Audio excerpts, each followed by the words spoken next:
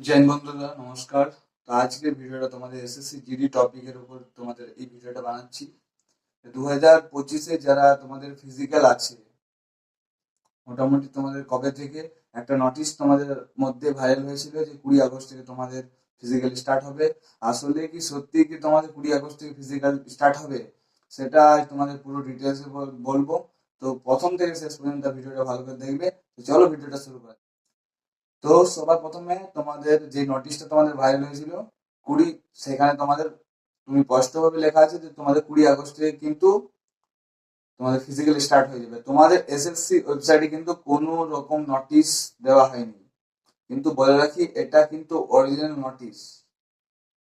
এটা যে 20 আগস্ট থেকে তোমাদের স্টার্ট হবে, তো তার আগে তোমাদের 15 আগস্টে কিন্তু প্যারেড আছে। তো 15 আগস্টে প্যারেড কমপ্লিট করার পর তোমাদের 5 দিনের মধ্যে কিন্তু এই ফিজিক্যালটা কন্ডাক্ট করানো সুবিধা মানে তোমাদের সম্ভব নয়।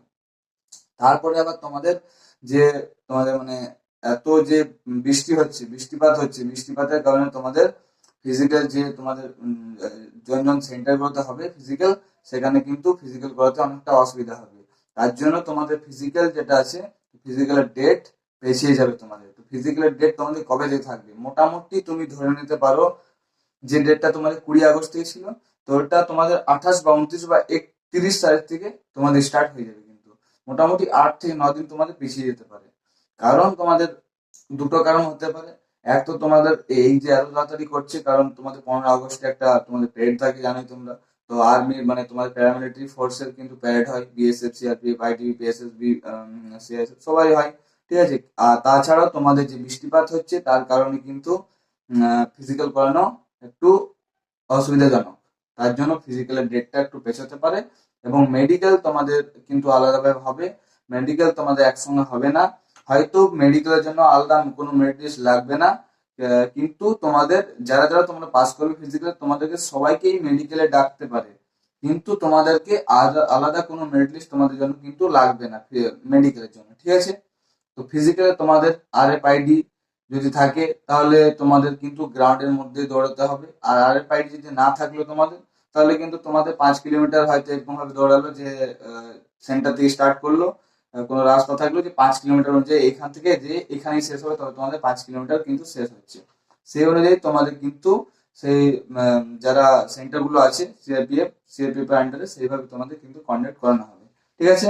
আর তাছাড়াও তোমরা যারা ডোমিসাইল সার্টিফিকেট এখন পর্যন্ত বানাওনি, ডোমিসাইল সার্টিফিকেট বানিয়ে ফেলো। কারণ আর তোমাদের হাতে কিন্তু বেশি সময় নেই। মোটামুটি তুমি এসডি অফিসে যাও, তুমি প্রথমে অনলাইন আবেদন করো, অনলাইন আবেদন করে এসডি অফিসে যাও। তোমার যদি গ্রামাঞ্চলের তুমি যদি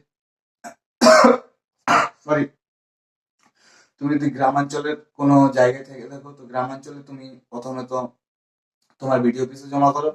বিডিও অফিসে জমা করার পর তোমাদের এসডিও তে যেটা আছে এসডিও তে তুমি জমা করো। সবকিছু জমা করার পর তোমাদের মোটামুটি 10 থেকে 15 দিন পর তোমার কিন্তু সার্টিফিকেট ডাউনলোড হয়ে যাবে।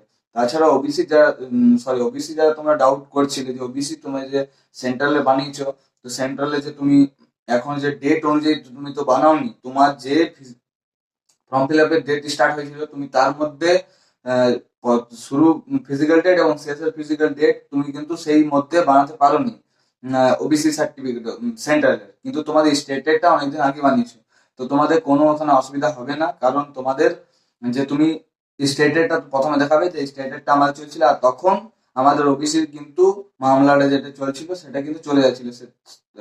তখন তোমাদের ওবিসির কোনো সেন্ট্রালের সার্টিফিকেট বানানো হচ্ছিল না, এনসিএলটা দিচ্ছিল না। তোমাদের এসডি অফিসে তুমি গেলে বুঝতে পারবে, সেখানে কিন্তু এনসিএলটা দেওয়া হচ্ছিল না। তার জন্য একটু লেট হয়েছে, তার জন্য তুমি বলবে যে এই ব্যাপার। তো ওরা স্যারগুলো খুবই ভালো থাকে, তো তোমাকে হয়তো তোমাকে কিছু এমন একটা করতে বলবে যাতে সে তোমাকে কিন্তু তোমাকে বাদ করবে না, তোমার কোনো অসুবিধা নেই। তো তুমি আরামে যাও। আর তোমার একটা ওবিসি যারা ওয়েস্ট বেঙ্গল থেকে বিলং করছো, তোমাদের কিন্তু ওবিসি একটা নতুন তোমাদের ফর্ম চলে এসেছে। যাদের অলরেডি ওবিসি সার্টিফিকেট আছে, এ থেকে বি বা বি থেকে এ এসেছে তোমরা, কিন্তু তোমাদের হয়তো অনেকজনের এরকম হয়েছে তুমি বি এ আছো, বি থেকে বি এ আছো, বা সি থেকে সরি এ থেকে এ আছো, তুমি তোমাদের কাস্ট সার্টিফিকেট চেঞ্জ হয়নি।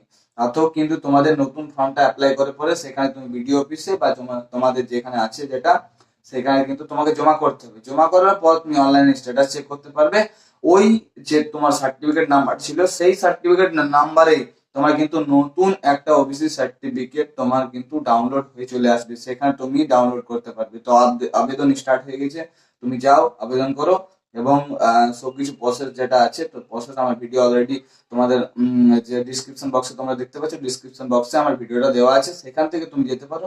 আর তাছাড়াও আমার হোয়াটসঅ্যাপ গ্রুপ এবং টেলিগ্রাম গ্রুপ তোমরা সবাই জয়েন করতে পারো। সেখানে তোমাদের বিগত বছরের প্রশ্ন উত্তর এবং তোমাদের যে তোমাদের কোনো বইয়ের পিডিএফ বা কোনো ক্লাস নোটস RW চ্যানেলের বা যে কোনো চ্যানেল যেগুলো তোমাদের পড়ায় মানে তোমার কিছু হেল্পফুল হবে, সেই সকল জিনিস এবং যে কোনো নোটিফিকেশন, যে কোনো ফর্ম ফিল আপের নোটিফিকেশন বা যে কোনো কোনো একটা তোমাদের ফিজিক্যাল ডেট বা কিছু একটা লঞ্চ করে, সেখানে তোমাদের কিন্তু আমি হোয়াটসঅ্যাপ গ্রুপ এবং টেলিগ্রাম গ্রুপের মাধ্যমে জানিয়ে দেবো। তার জন্য দুটো চ্যানেল জয়েন করো। ধন্যবাদ, থ্যাংক ইউ।